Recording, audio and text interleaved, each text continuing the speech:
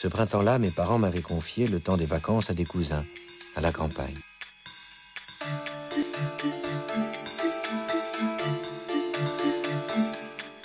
On souhaitait donner au film une atmosphère de conte et que donc la musique, là, pour la projeter encore davantage vers l'imaginaire, enfin pour projeter davantage l'histoire vers l'imaginaire, vers le conte, est extrêmement précieuse.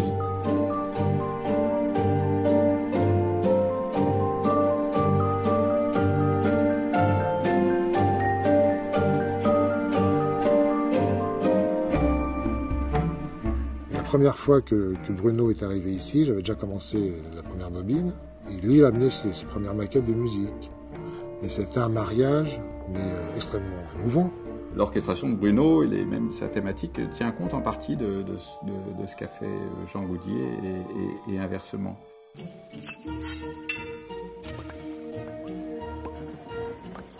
C'est une des rares réussites que j'ai rencontrées entre le montage son, enfin le mariage entre un montage son et une musique. Dans aucun de nos 3 films, Microcosmos, Genesis ou La Clé des Champs, on n'a pratiquement pas eu de son direct. On en a fait un peu par sécurité, mais on l'a pratiquement pas utilisé. Et pour ce film-ci, comme pour les précédents, on a inventé, grâce à Jean Goudier, qui a fait un travail extraordinaire, un univers sonore vraiment au moment du montage. On a beau approcher l'oreille, on n'entend pas grand-chose. Un Diti qui se déplace, on entend vaguement les papates, mais pour le prendre au son, c'est quasi impossible, surtout quand il y a une route pas très loin, un avion qui passe, comme ça, c'est quasi impossible. Donc forcément, c'était une reconstitution à faire.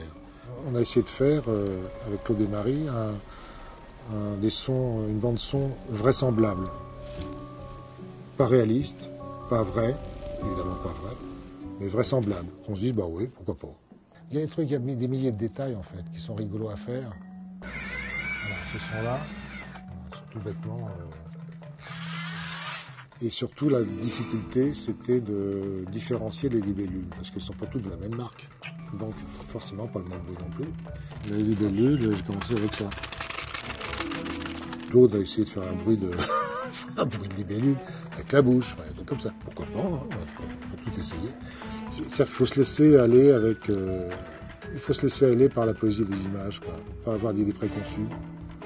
Et c'est là la clé, sans jeu de mots, de la bande-son, c'est que le bon alibi, c'est que ça puisse être pris pour le fruit de l'imaginaire des enfants, enfin en tout cas du garçon. Si on accepte cette idée-là, on peut accepter beaucoup de choses. Marie voulait, non pas un décollage de guêpe normal, et pour me faire comprendre ce qu'elle voulait, elle me dit il faut c'est un ange, c'est le passage d'un ange. Je veux, fastoche, j'ai plein de son seul d'ange, donc tout va bien. Et donc il a fallu trouver une espèce de correspondance sonore à ses désirs d'image poétique, quoi. Donc j'ai enregistré un ange.